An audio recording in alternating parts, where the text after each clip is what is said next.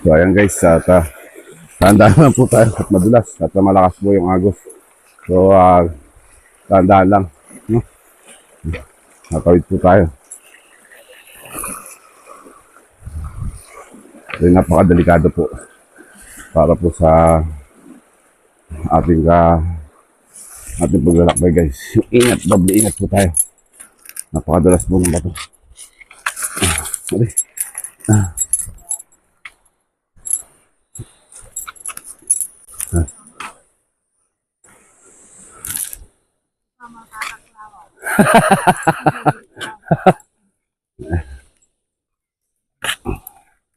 Papakita mo yung balsa na ginagamit po ng mga ating mga katribo.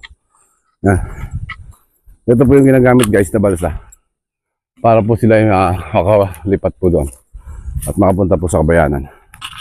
O yan. Napakalinaw guys. Tingnan nyo guys. Yan. Ganda oh. Yan pala sa gilid oh. Mamiss na kayo. Kung ka dadaan. Dun sa lolo niya eh. Ayan.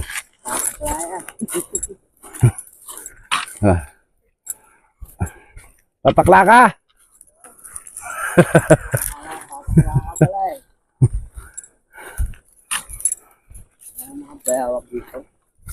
Meron dyan.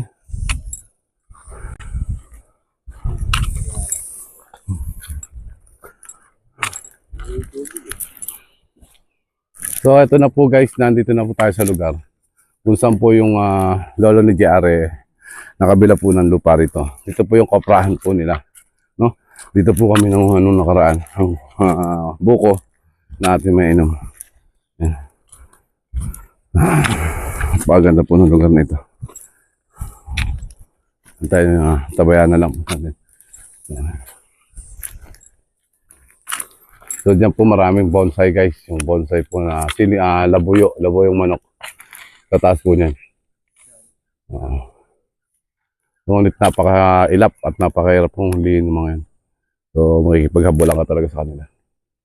Maya po titilaok na yung mga yan.